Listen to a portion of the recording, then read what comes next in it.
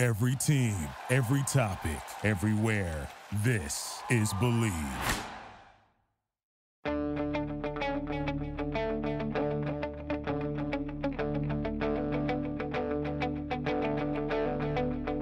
Ich warte seit Wochen auf diesen Tag und tanz vor Freude über den Asphalt.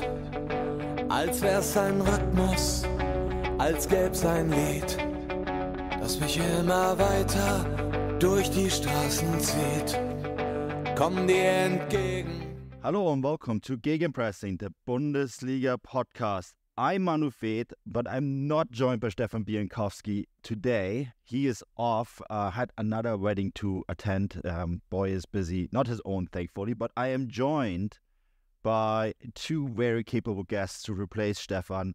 Both good friends of the podcast. One of them even a founding member of the podcast, and Chris Williams. Chris, how's it going? It's good to have you back. Always good to hear your voice. This is the 6th season of the Gegenpressing podcast. Can you believe that? Well, it makes me feel old. So thanks for that. 6th season. Yeah, it's always nice to be back on. Thanks for inviting me back on. It's always a pleasure. Oh, I mean, it's always awesome to have you, and really much looking forward to cover match day 1 of the Bundesliga with you. And our other good friend of the podcast, Matt Ford. Matt, long time no speak. I think the last time we had you on was at the end of last season. How's your summer been? Yeah, thanks for having me back. Enjoyed standing in last season, and I'm happy to help out today as well. Summer has been relatively football free, so ready to go again. Yeah, it's going to be a really fun podcast. We have a ton to discuss, and I think we shouldn't really bang around the bush too much. Let's jump right into it after this break. This episode of the Gegenpressing podcast is brought to you by BetOnline. BetOnline is your number one source for all your betting needs. Get the latest odds, lines, and matchup reports for baseball, boxing, golf, and more. BetOnline continues to be the fastest and easiest way to place your wagers, including live betting and your favorite casino and card games available to play right from your phone. Head to the website or use your mobile device to sign up today and get in on the action. Remember to use your promo code BELIEVE, B-L-E-A-V, BELIEVE, for your 50% welcome bonus on your first deposit. BetOnline, where the game starts. So yeah, boys, I think we need to start with the big topic, the transfer saga that engulfed the Bundesliga. Finally got across the line on the eve of the DFL Super Cup. We've covered the DFL Super Cup in great length, covered Harry Kane, but Harry Kane has finally made his Bundesliga debut. And before we talk about the actual game, Bayern against Bremen, Chris, the Bundesliga managed to lure the English captain to Germany, Bayern Munich, the team that has gotten it done. What's your first impressions of Harry Kane in Germany, and what do you think it means for the Bundesliga? Right, so first thing I need to say that I never used to like watching Harry Kane play because he always used to score, and he normally infrequently score against the side I support. Now he's out of the Premier League, and I can watch him professionally. I think he's brilliant. So I'm enjoying watching him at Bayern. I think it's a monumental step. We've seen players move over from other leagues, but I don't think we've seen a player of his stature. He could have gone to any Premier League top 4 club. Someone like Manchester United or Manchester City would have absolutely broke the bank for him. Obviously, Tottenham didn't want that. And the next best thing was to go to Bayern or Real Madrid. I think they were probably the only two big clubs. PSG were muted, but no disrespect to the French league, I don't think it's competitive as either the Bundesliga or La Liga. And thankfully, he's gone to Bayern Munich, and perfect start for him. But yeah, really interested. I'm also slightly interested in his new boot deal as well. He's gone from Nike to Skechers. I think he's the first player to wear Skechers boots.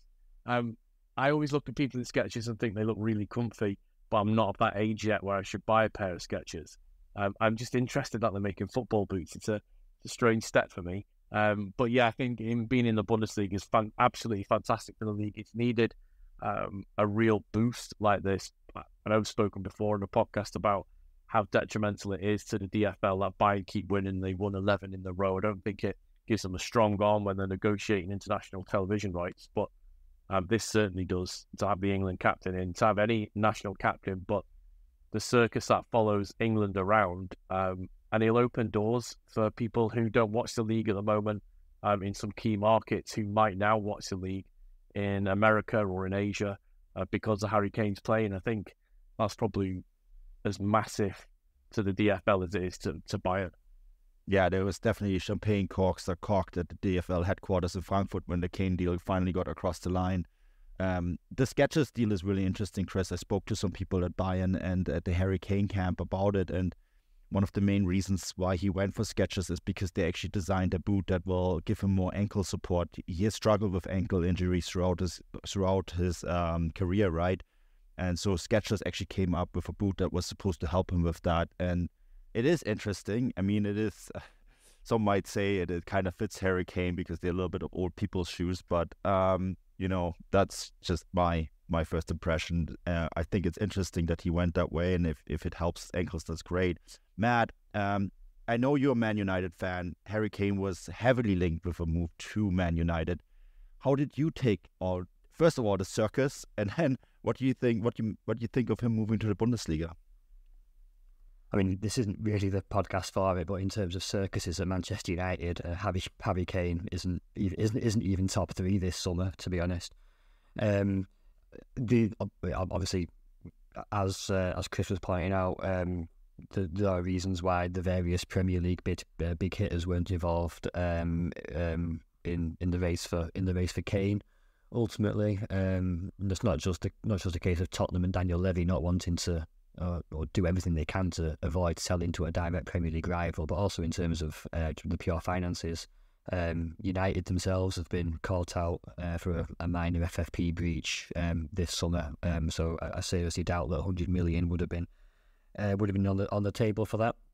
But I think more importantly, particularly on the case of that figure, 100 mil, represents obviously not just an interesting step for Harry Kane and the Bundesliga, but also a huge shift in policy from Bayern Munich. Out of all of Europe's big hitters, Bayern have always, I think in the 10 years since that 100 million euro marker was broken by Real Madrid for Gareth Bale, if I think I'm right in saying. I think it's 8 or 9 other clubs. Technically, it was Cristiano Ronaldo, but they always downplayed that figure, didn't they? Was it really? It might have been on exchange rates as well. Yeah. But either way, the point remains that there's been 8 or 9 top European clubs who have since broken that 100 mil figure, and Bayern, particularly in the figure of Uli Hoeneß, he's been on record 4 or 5 times in the past 5 or 6, 7 years saying how 100 million is not a figure Bayern will ever go near. It simply exemplifies how ridiculous the market has got, and Bayern Munich are financially extremely well run football club, and they won't go anywhere near that. Clearly times have changed, and obviously it's a figure that Bayern can afford. They are extremely well run. They're well structured. The turnovers are among the biggest in world football. So they do have these weapons at their disposal, and they've deployed them to get Kane. The importance for Bayern purely on the pitch, it obviously comes a year too late. They could have done with the direct, obviously, like replacement for Lewandowski a year ago, obviously. For the Bundesliga, as Chris was saying, there's no denying. Of course, it's important, especially in the summer when. I think when we all cover the Bundesliga, obviously we're quite used to seeing top talents and top players heading in the other direction. There's obvious reasons for that. Of course, it's nice to see when a top name comes the other way as well. I just hope that there's not too much respect shown to Harry Kane, as I think was perhaps the case in the build up to Bayern's first goal in Bremen, which I think we might get onto. It was nicely worked by Kane, but you have to get a bit closer to him. I think even going ahead, there were a few other occasions where Bremen gave him all sorts of space. So I hope that's not a forebear of things to come, because as Chris also pointed out, the last thing we need, if we're being honest, is a 12th consecutive Bayern Munich title, and I say that not because I've got anything against Bayern Munich or for anybody else in the Bundesliga. As I was saying, Bayern Munich are an incredibly well-run football club and entirely admirable in many respects. But from the bigger picture, that's not a good thing. So we'll see where it goes. Yeah, no, actually on that topic, and I'm in full agreement with you. This show is 100% neutral. I have absolutely nothing against Bayern Munich, but yes, for the league, it would be, of course, fundamental in some ways if someone else wins the title, right? On that topic, I mean, I've written about it. I said this on various shows. I personally am not convinced that Harry Kane is going to fix all of Bayern Munich's problems, especially because goal scoring really wasn't their biggest issue last year. They only scored 2 goals less than the previous year when they had Robert Lewandowski. So on that note, Matt, while Harry Kane will undoubtedly make Bayern Munich's attack excellent, an attack that was already excellent, right, better, I kind of feel like it's not really going to fix all of their issues that they have in the squad. I mean, yes, they did beat Werder Bremen comfortably 4-0, but there was a good 15-20 minute spell in there where Bremen could have made it interesting, and Bremen aren't exactly the best side in the Bundesliga. Do you think that he's actually going to fix all of Bayern Munich's issues? I think you make a good point. And again, I think Bayern will be looking at this as they do with most things. They look at the Bundesliga and the Champions League as two completely separate tournaments. Obviously, of course, they are, but they effectively approach them with two completely different mindsets. You're right that there are problems at Bayern Munich. There are certainly midfield issues. The goalkeeper issue needs sorting out. Those are issues that I think very much are much more pertinent to the Bundesliga. As you rightly say, the goal scoring itself wasn't necessarily the issue last year. However, it will always stick in my mind. I think it was the quarterfinal, wasn't it, against Manchester City last year in the Champions League, where I thought Bayern Munich for at least 60-70 minutes in that first leg, they went toe to toe with Manchester City and did as well as anybody else did last season. So I think they had nothing to be ashamed of in the end. But they missed, they missed several top chances because they were lacking that top striker. So I think, there are probably other issues in the Bundesliga which need sorting out. I don't think Kane is necessarily relevant to those issues. But Bayern, the reason they spent 100 million is not to solve any Bundesliga issues. It's to see him do the business in the Champions League come March. It's a really good point, Matt. And Chris, I mean, it's kind of so weird how the Champions League and the Bundesliga is such different competitions for Bayern. In the last, especially last year, they did so well in the Champions League until they fired Nagelsmann and ran into Man City. And then in the Bundesliga, they struggled. Do you see this similar to Matt? Is this really just about the Champions League? And is this also maybe a glimmer of hope for the Bundesliga, saying, well, they got Harry Kane, but they still don't have a number 6. They still don't have a proper right back, and they definitely don't have a world-class goalkeeper. Yeah, it's interesting, and I'm firmly of the point, and I have thought for a while, probably since they won it back in 2020, they wanted to be winning it season in, season out, or at least getting to the final. That's one. Is it a bad mark they've got against them, or maybe a sort of disparaging look from the rest of Europe at Bayern? Well, of course they're going to win their league. They've won it 6, 7, 8, 9, 10, now 11 times on the run, but they don't get to Champions League final, or they don't get there consistently. I think Harry Kane coming in, like Matt said, is exactly for that. It will address that, and it will make them a lot better in Europe, and he should finish some of the chances that obviously Matt said there that were missed last season against Manchester City. And had they got past City, I think they would have been unstoppable. I don't think any other team would have been able to stop them in that retrospect from winning, or in that respect for winning, sorry. But in the Bundesliga, I still think they've got issues. I wrote about it in a match report that I did, and I said, have they maybe focused on the wrong end of the pitch, the top end of the pitch? They didn't have a single goal getter. Like, they lost Lewandowski, but the goals came from other areas. In the Bundesliga, they still didn't address those back lines. Ulreich, he had very little to do, but I think before half-time, he came steaming out looking for a goal. Looking to clear a ball that he'd never make. I think Min-Jae Kim's probably shored up that central defence partnership, but you've got the outside areas as well. Obviously, Alphonso Davies is very good, but that right side we're still a little bit unsure of. And then I think that's where they're going to get issues. Nicholas Füllkrug, really lovely, cute header, marginal offside, and they were opened up the start of the second half. And I think a team like Union Berlin or Frankfurt, or I would say Dortmund, but they normally often throw one against Bayern, as in they don't really live up to expectation. But another side with a slightly better attacking outlet or slightly better build-up play, I think would have scored a couple in those 10-15 minutes at the start of the second half. And I think that's where Bayern will have their issues. And if they are going to concentrate on the Champions League, that's brilliant for everybody else. But I don't think Thomas Tuchel's going to get an easy ride if he just concentrates on one competition. The Bundesliga and Pokal are almost a given. You've got to win them. But yeah, I do think that the Champions League is where Bayern will look to dominate and look to win this season. Yeah, I made a similar assessment in my report that I wrote, that I thought that Werder Bremen were too slow and too sluggish in the attack. They just lacked that speed. There's a couple balls over the top of Bayern Munich's defense that looked like this, well, exposed the same issues that they had last year. And I reckon that a faster team, and I mean, we saw it in the Super Cup, right, with Leipzig and what they did to those weaknesses. And, while I think Bayern Munich can be very happy about that 4-0 win against Bremen, a result that I thought was a bit high, Chris. I think, that better team would have maybe done more with these deficiencies. And yeah, it's interesting. It's going to be interesting to see what's going to happen with Bayern Munich. Of course, the Harry Kane train rolls on next week. Bayern Munich at home on Sunday in the Bavarian derby against Augsburg. It's going to be interesting to see how they do there. I want to move on to the Saturday games, and there was one big fixture on Saturday, and we're speaking of RB Leipzig, who looked so excellent in the Super Cup.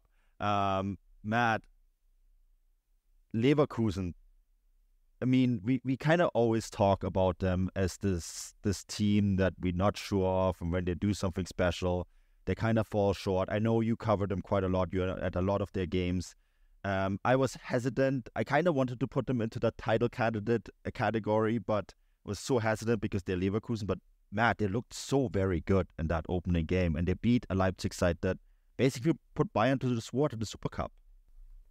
It was a really, really interesting fixture, wasn't it? I mean, particularly given that both teams have undergone pretty wholesale changes in the summer. I think maybe only Borussia Mönchengladbach come close in terms of the amount of ins and outs that both teams there have had to undergo. So it's interesting to see how they approach the new season, particularly because Xabi Alonso's going into his second season now, isn't it? He's quite obviously moving them away from this sort of typical traditional Leverkusen, which we've always known and enjoyed. Actually, they've always been a very transitional counter-attacking team. Even going back, obviously under Seoane, but even going back as far to Peter Bosch, and even previously. Xabi Alonso's moving away from that. I mean, obviously, you don't really have that much choice when you lose the likes of Moussa Diaby. But yeah, I think Alonso is making he's turned Leverkusen into a much more rounded and complete outfit. And I was watching the game. The first Leverkusen game actually completely summed it up for me. I think there was a really sort of subtle change which I noticed in that Bayer Leverkusen have always, like I said, scored goals on transition, been dangerous on the counter-attack. They win the ball, turn it over really quickly, get forward well. They've always benefited from these really, really pacey players that they have. That first goal from Frimpong, it also comes from Leverkusen pressing, but the pressing takes place a good 30 or 40 metres further up the pitch. It's very impressive how they completely swamp RB deep into their own half, even into RB's own box. And the pressing is really, really comprehensive. They cover all their angles, and they win the ball in that way. And obviously, it ends up with the RB defence being a little bit all over the place, which it was all afternoon, in fairness. And the combination between Boniface and Frimpong with the finish was good. But it all came from that what I consider to be a much more advanced and much more sophisticated version of this Leverkusen pressing. So I think that could be a key thing for Leverkusen going forward under Alonso. Yeah, they're a really fascinating side. I had a really hard time placing them anywhere in the top four because of all the changes that they made. But Xabi Alonso is such an interesting coach. And I mean, Chris, he has a past at Liverpool, Real Madrid, Bayern Munich, and there's always this suggestion that he is the Bayern Munich head coach in waiting. Is he transforming this Leverkusen side into a team that can win titles, but also maybe to set himself up for that move to one of Europe's elite clubs? Well, I mean, can he set him up to win a title? I think if he's given the resources and he's able to coach the way he does, I think he can turn them into title challengers. I think it was Mourinho said last season, wasn't it, that he's played for Liverpool, he's played for Real Madrid, he's played for Bayern Munich. That gives you a good grounding in how to play football in, I think we can call it, in inverted commas, the right way. But he's also been coached by Mourinho, Benitez, Guardiola. He's been coached by some fantastic managers, and he's obviously picked up little things.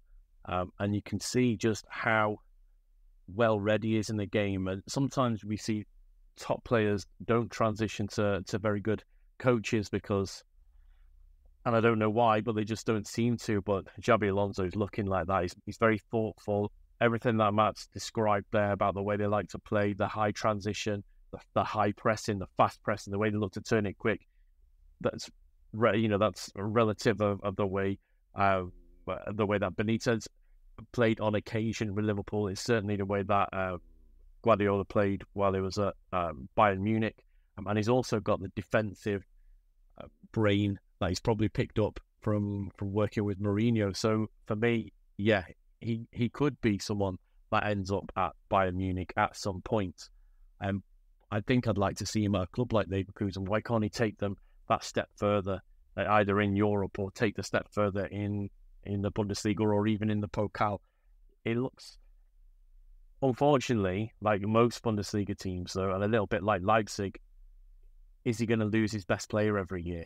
Obviously, DRB went for good money to Aston Villa.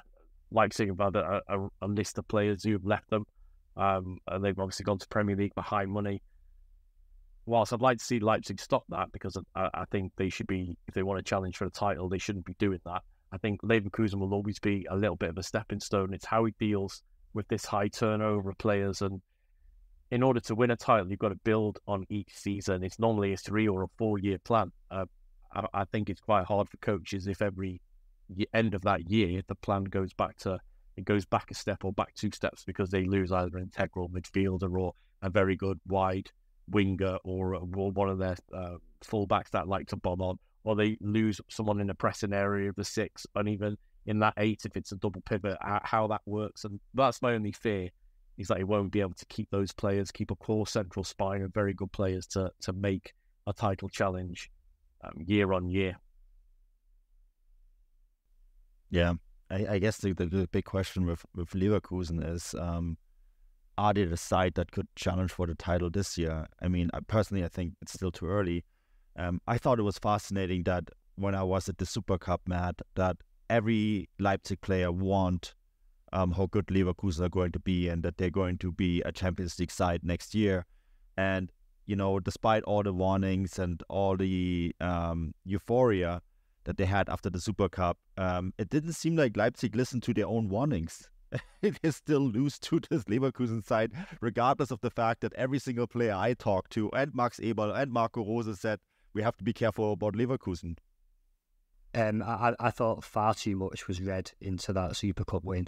I actually got, to be perfectly honest, I got quite frustrated with some of the reporting around it, even some of the German press. I think I was even reading Kicker magazine referring to it as a Pflichtspiel, so a competitive game. I'm sorry, in my book, it's simply not. It's comparable to any other Super Cup in every other league. Some of them are now played abroad. The Community Shield in England is not it's not a competitive game. I simply wouldn't be too much into it. Added to that is the fact that RB absolutely have form for some stunning results, being followed by some shocking performances. They were absolutely quite a Jekyll and Hyde team last year, and you can decide for yourself whether I consider when you consider Jesse Marsch, Domenico Tedesco, or Marco Rosa to be in the role of Jekyll or Hyde. I'm not sure if I'll decide which one's which. But yeah, they do have that form, and I mean, there's various reasons for it. I think one of the reasons for it is the type of football that they do, that they aim to play, and not just at RB, but throughout the entire Red Bull system. It's very much done to blueprint, and when it comes off, it's spectacularly effective. When it doesn't, there often seems to be no plan B, which I think leads to these quite stark fluctuations in results and form. The other element to it is the one that Chris was just touching on, and that they're also liable to lose some of their top players. And I also agree with Chris there. I think if you're looking for an alternative challenger to Bayern Munich, and you don't want to be looking at Borussia Dortmund, then yeah, you do look at Leverkusen and RB. And I'm not saying it's not completely clear cut, and I don't want to be overly cynical, but I think they ultimately have less of an excuse when it comes to selling players, and there's reasons for that. You know, they're backed by huge commercial entities, and it's as simple as that. I know that doesn't make them completely immune. I know that they have to also adhere to FFP. They also need to balance the squad, and that's fair enough. But it remains the fact that Leverkusen and RB are financially not as reliant on big money from the Premier League as, say, Borussia Mönchengladbach or Cologne would be, or even Dortmund for that matter, when big money comes in for Haaland or Sancho or Bellingham. So it becomes another issue. So if you can understand why the likes of Szoboszlai and Nkunku and Guardiola want to make that step up, that's fine. I can accept that the Premier League is a step up, and okay. But if I was looking at it as an RB fan, or somebody who wanted to see another Bundesliga winner, I'd find RB's way of operating quite frustrating. I'd like to see them do more to keep these players, because they certainly have the financial means to do so. Yeah, it's a big topic, right? I mean, Bayern Munich was the first side in Germany to say no to selling their biggest stars when they hung on to Frank Ribéry back in, I want to say 2008, 2009. They opted not to sell them to Real Madrid, and that turned them into a team that sold their biggest stars to the rest of Europe, to a team that buys them. At some point, I think other Bundesliga sides need to do the same. I made this point, I think, last year. I think, yeah, you did, Manu, when we were chatting about Dortmund and how I thought that the pandemic really put a spanner in the works of their development, because they had got to a point pre-pandemic where they were in a position, they'd worked themselves into a financial economic position where they could say no to Manchester United over Sancho for a year, and that was a result of years of solid financial rebuilding at Dortmund. They got into a position where they were able to say no to Bayern, and they were able to say no, at least temporarily, to a Premier League club. Obviously, the pandemic has completely changed everything, and they're very much back to square one. But like I said, it can be done, and the likes of Bayer Leverkusen and RB Leipzig have much better financial and economic footings to be able to do that. So yeah, I would like to see both do more from the point of view of Bundesliga competitiveness. Yeah, I do think that, Matt, Dortmund are in a better place now than they were like a year ago. I did spend the summer with them in the United States, right, and was able to talk to a few people in and around the club. And I mean, Jude Bellingham, they were never going to be able to hold on to him, whether it was Real Madrid or another club coming in, and that's fine. I think that's just the course of things. They did make him an offer that was extraordinary. So they would have liked to keep him if he had taken the contract. They would have liked to keep him. I think with him it was more the mindset of the player rather than the money. And then you can't. I don't know how you stop that, but I do think that it's different for them now than it was maybe a year ago. And I find it interesting too that the players that they brought in are more experienced players. You look at Sabitzer, Benzebaini. Okay, there's Felix Nemtscher. Maybe he's what they call a fantasy player, someone who they can sell on with a profit. But you were at their first game at the Signal Iduna Park or Westfalenstadion. I prefer that moniker. If I could just say, Manu, before we move on to Dortmund, I think it would be just unfair to move on from RB without mentioning Dani Olmo, because they've obviously they've lost 4 very high profile players this summer, and I can't believe that Dani Olmo wasn't among them. For my money, one of, if not the best midfielders in the Bundesliga. Certainly, maybe even among the top 6 midfielders in Europe. Capable of all sorts. What I didn't know he's capable of was headed goals, which he did well for that at the front post for, I think, was it the first RB goal. So he's got that in his back as well. So I think it'll be a very this will be another big season for Dani Olmo. Fantastic player. He looks in fantastic shape too. I spoke to him after the Super Cup. He's fantastic. He just looks like he's done a lot in the off season to put himself in a better place. Signed to a brand new contract. Okay. Well, anyways, Dortmund. I want to move this conversation on. I'm going to go to you first, Matt, and then to Chris, because you were at the game at the Westfalenstadion. What were your impressions? And it was a little bit harder work, I think, than Dortmund wanted it to be. Impressions were that Borussia Dortmund have some familiar problems. It wasn't a good performance. Edin Terzic admitted as much, and I've written about this in your newsletter this week, which I've stood in for. Dortmund for long periods sloppy, slow, lacking in creativity. They were laborious. They were static. There was one particular scene which seemed to keep repeating itself, particularly in the first half, which was when either Mats Hummels or Niklas Zula were in possession. In either centre back position, and then looking ahead, looking to start to generate an attack, and looking ahead to 8 static teammates, not running anywhere, not creating any space, not dragging any defenders anywhere. It was all very frustrating. They only created one chance of note before ultimately scoring. That was a Julian Brandt effort. Apart from that, they were they were quite frustrating to watch. I've written as much that if any Borussia Dortmund player was going to going to reward himself for any performance on Saturday, it was Donny Marlin. He was probably the only bright spot, I thought, from a Dortmund point of view. He was at least presenting himself, was at least injecting some pace, was at least getting shots away. He's clearly still riding high on that wave of form that he started to hit second half of last season. But apart from that, I don't think Sebastian Haller touched the ball in the first half, or at least not in any note. I couldn't help but think or draw the comparisons with Harry Kane and his first Bundesliga game, and like I said before, the way he dropped deep in the build up to Leroy Sané's opener for Bayern Munich. That's what you expect of your modern centre forward, isn't it? And Sebastian Haller did none of that.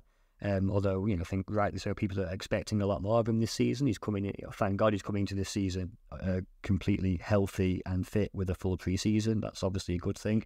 So I think people can expect a lot more from him this season.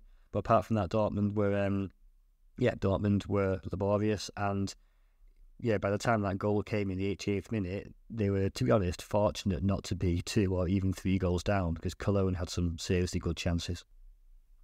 Chris, is the positive from such a performance that in the past Dortmund would have lost this game? Yeah, it is. I think that the main positive is that they've not lost their first game, or they've not drawn their opening game at home. It's, if you look at how they should play, and Matt's absolutely nailed it there, that they, I'm not a big fan of ball possession, because I don't care how long you have the ball, it's what you do with it that counts when you've got it. So you can have 15-20% possession of the game and still win 2-3-4-0. We've seen it before. But they did have the vast majority possession for that, and they worked themselves into good areas, but they only had 2 shots on target, which is nowhere near good enough for if you're going to play a team like Cologne. I think it's unfortunate for Dortmund that they've had such a a big, close neighbour in their first opening game. And probably the main positive is they've navigated that tricky hurdle and won. But the way they played, the way they not seem to have got that spark that maybe they had 2-3 years ago. And I know a lot of players have moved on, obviously, but we expect Dortmund to play a particular style, and they bought players in the past to fit that style. It's a very exciting style. A bit of a misfire for me, but if you can misfire and win, I really think that's going to be a problem. The problem if it's replicated in the next game and the game after that, that's when the issue. But I looked at Edin Terzic after full time, and we spoke to Archie Ryan Sutton, gave a very honest interview. And yeah, I think I would expect this Dortmund side with the squad they got, I'd expect them to improve, not overnight, but I'd certainly expect them to improve over the next week or two. Certainly by once we're getting out of September. You know me, Manu, I'm not a fan of looking at the table until match day 10. I think it's not worth it. Whilst you can't win anything, you certainly can lose something. And if you have a really, really poor start, by the time you get to match day 10, you can be completely out the contention for winning the league unless whoever's at the top has a massive slip up. But yeah, I think the best thing we can say is Dortmund took all 3 points from a game where, as Matt said, they could have been turned over on another day.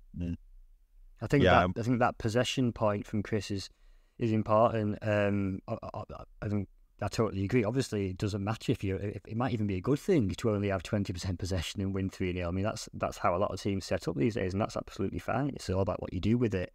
The reality of the matter is, however, that Borussia Dortmund are absolutely up there on a pedestal in this division. They're going to have the ball because teams like Cologne are going to go there and give them the ball. That's absolutely their prerogative. So, if Borussia Dortmund are continuing to, convince themselves that they want to play counter-attacking transitional football using the pace of Adeyemi and Marlon, and play players like that on the counter-attack, then that's probably the wrong tactic to be following, because they're going to have more of the ball. They need solutions in possession, it simply wasn't forthcoming yesterday. And I thought the frustrating thing was that it was such a familiar performance, also with respect to Edin Terzic, they were very familiar comments. I enjoy listening and talking to Edin Terzic very much. I think he's very clear, he's very honest, he goes into great detail if you ask him the right questions. I think, he's really good to chat to. However, I found myself in the press conference on Saturday night thinking, I've been here before. This very familiar press conference from previous seasons where he was talking about we have to combine quicker. We have to start our build-up play a bit higher up. We need to make the most of our players down the wings. We need to create better chances that way. I thought, but I heard that a lot of occasions last season, and I think there was a lot of benefit of the doubt given to him because of the injury problems and illness problems that Borussia Dortmund squad has suffered. Terzic only actually got his preferred front three together for that final season run-in, didn't he, for the final couple of months of the season? And they really started to gel. It started to look a bit better. But apart from that, there were lots of frustrating games. Terzic himself, actually, in the press conference, mentioned one of those games last season, Mainz away, where they struggled and somehow managed to score a winner via Gio Reyna with a very similar goal, actually, from a corner. There were similar late wins from substitutes away at Freiburg and in other games.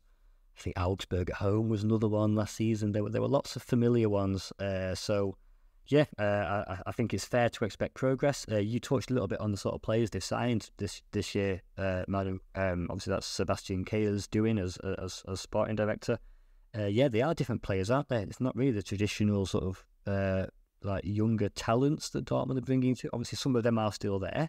The likes of Julien Duranville is the obvious one to mention. But otherwise, Metscher, Benzbaini, particularly Sabitzer, these are actually proven Bundesliga players. But very, very little came from them as well. I was particularly disappointed in Sabitzer. very little came from him. And Benzabaini cut quite a frustrated figure at times, actually. Saw him waving his arms around quite a bit when passes didn't come off. Maybe let's not read too much into it. It's day one, and I think Chris is right to point out it's important just to get that. Yeah, it's a tricky opponent. Get them out the way, and move on, because it was a tough afternoon, particularly with the. It needs to be pointed out. Maybe whether it has a big effect on the pitch or not, I don't know. But I've rarely heard an away end as loud as that. It was very, very loud on Sunday. Yeah, good travelling support. Obviously, Chris, next week is not going to get much easier. We're going to touch on that in the preview show. But Bochum away, the Revier Derby, that is a fixture that they struggled with last year. I think that game might be almost more important than this one, in terms of getting a string of results together, right? Yeah, it is. And this league is highly competitive. I know a lot of people rag down on it, say, well, Bayern run away with everything. They don't, for the most part. That's a casual observation, I think, by people who don't watch it. It's a highly competitive league.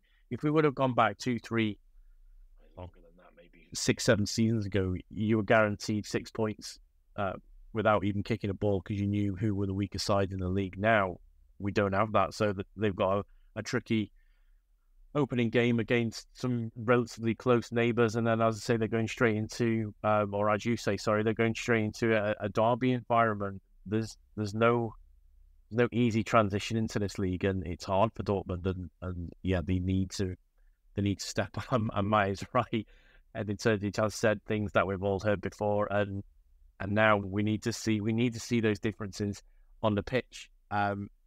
Yeah, it's a hard one for them.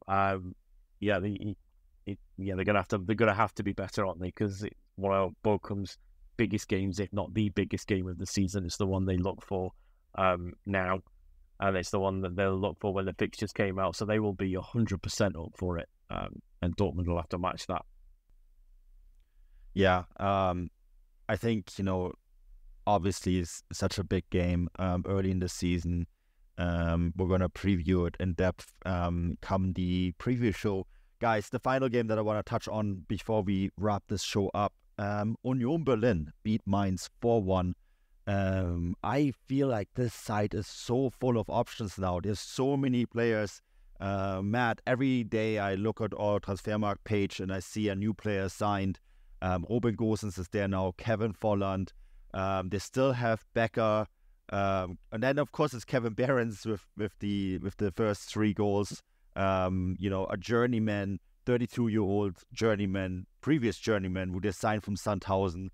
The site is just, I don't know, Union Berlin, they do things so different. They play so different than other Bundesliga teams. They have a completely different approach on the transfer window. Yet, this team gets better every year, and I'm finding myself hard counting them out, even though they are in the Champions League this year.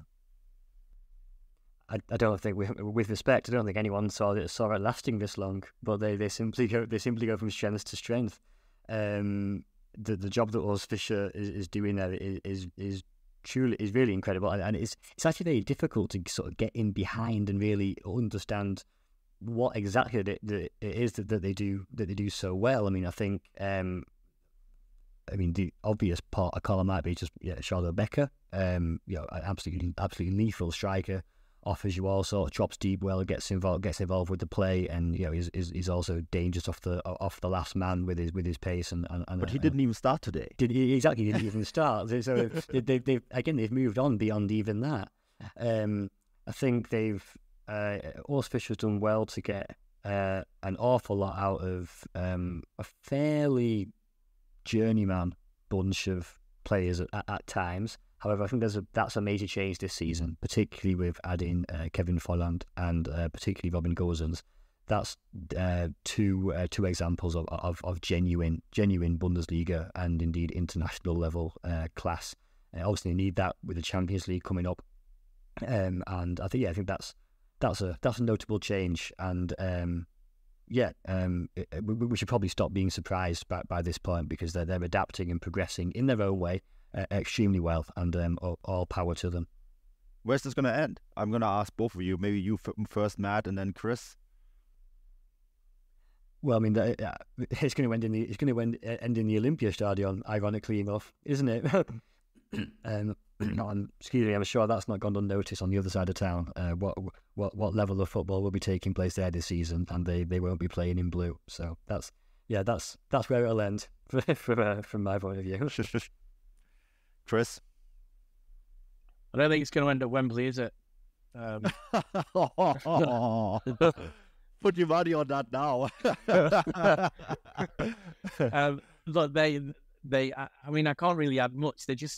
They're surprising, but we shouldn't be surprised. I remember when they first came up, a lot of people said, would they go straight back down? No, they didn't.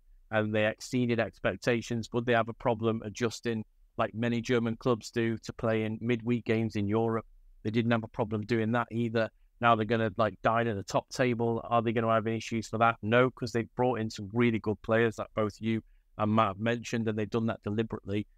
They're a fantastic side to watch. I know you got some pelters last season, Manu, when you mentioned that, when you mentioned this. So they once again outperformed their XG. You know, I'm not a big fan of XG. I think it's a tool, not the tool. A lot of people think it's the tool in order to judge a club by. But once again, their XG was 1.88 and they hit 4 goals. So last season, the big thing was, Union Berlin, they're okay, but at some point, that gap is going to come a cropper. Well, it didn't, and they've started this same way, and they've won 4-1. Okay, they've got a really late goal in this added time that we're going into, but they can sustain that over this level. They're a really interesting club, not just on the pitch, but off the pitch as well, and they just seem to have got it right.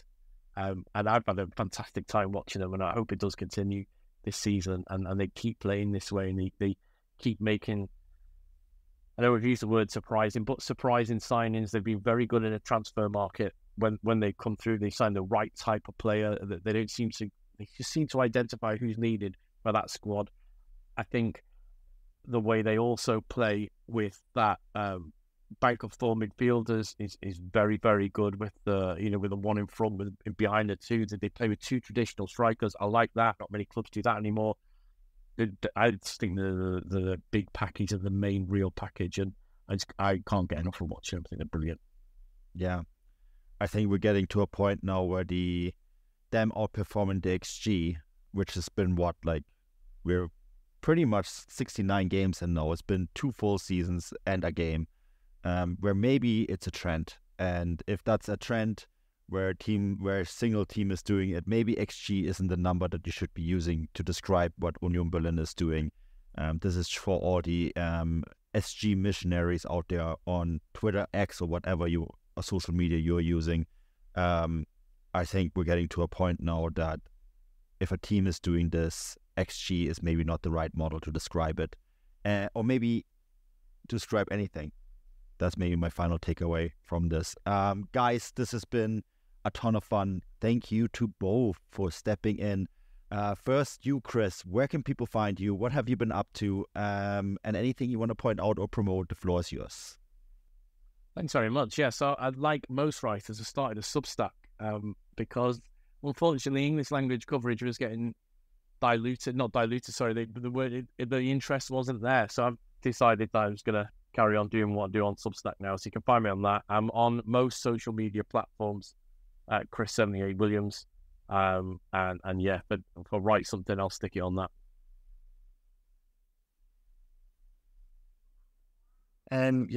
Still on X or Twitter or whatever it's called these days. I don't even know why now.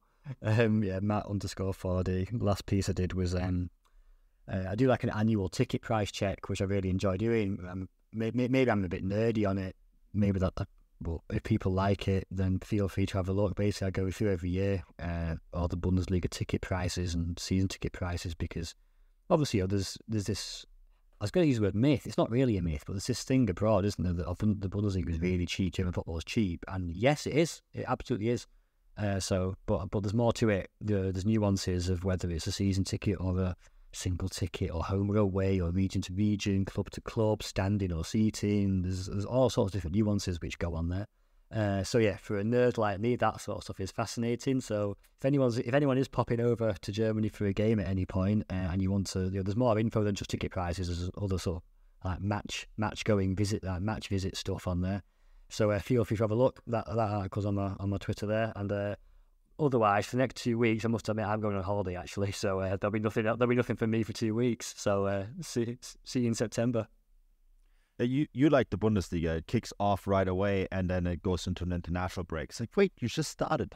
But exactly. The first day back was too much for me. I've got to have a rest. But you piqued my interest. I know we're almost out of time, but what stood out? One thing that stood out for you when you did your ticket price check? The one thing that gets people every year is that among the cheapest tickets are Bayern Munich. And that surprises people. I often hear sort of jokes among sort of friends or acquaintances or whatever who say that, they sort of joke that, but in the Bundesliga you can go watch Bayern Munich for a tenner and the beer's free. And it's like, it's half true. You literally can watch Bayern Munich for less than €10. The beer's not free, but so that's always, I think, quite interesting. Otherwise, Frankfurt are interesting this season. Frankfurt have converted their terrace behind the goal into a two-tiered terrace. They've effectively more than doubled the size of their standing section. They're going to have almost 20,000 standing places at the Waldstadion. So it's going to be a fantastic atmosphere. So yeah, that's probably my standout this year, I think. Because that's one stadium that didn't need any more atmosphere, wasn't it? That's going to be an incredible place to play in front of. How do you maximize the roof coming off every week? What is it going to be now? Honestly, imagine being Eintracht Frankfurt and thinking, you know what we need? A bit more noise. That's incredible. It was already too loud. I mean, that's wrong, but that's insane. I can't wait to cover a game there soon because that's one of my favorite stadiums to work in because of the level of noise. Bring earplugs though when you go. It is incredibly loud. That's really interesting. Or if you see Cologne away anywhere, because they're a loud bunch. It's always good fun. I think we've sort of touched on it a little bit as well this episode. People do look down on the Bundesliga a little bit. I don't want to be too defensive about it because I don't think we need to be defensive. We know where the Bundesliga stands. We know what its pros and cons are. And the Bundesliga has nothing to hide. We've seen goals galore on match day one. There's been some fantastic attacking football in some fantastic atmospheres, some great stadiums, great clubs with fantastic stories. And it's always a guaranteed good day out. So, let's keep it up. I don't think we can end before. I mean, what Matt said there's great. We can't ignore the fact that Harry Kane said it was better than some of the Premier League stadiums he's played it. I was just going to say that. Even the English captain was surprised by the amount of noise, and that was at Werder Bremen. Wait till he shows up in some of these other stadiums. I think even Harry Kane was surprised about the level of noise. Endorsed by the English national team captain, the Bundesliga has the best atmosphere in Europe. There you got it. Guys, this has been a pleasure. As always, the show is brought to you by Bet Online.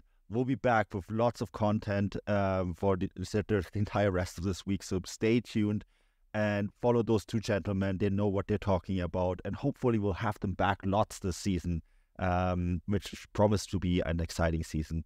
We'll be back soon. Until then, auf Wiedersehen.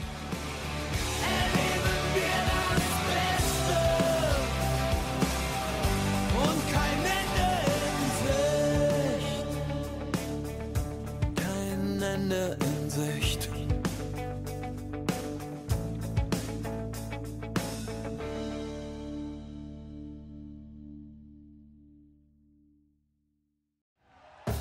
Thank you for listening to Believe. You can show support to your host by subscribing to the show and giving us a 5-star rating on your preferred platform. Check us out at Believe.com and search for BLEAV on YouTube.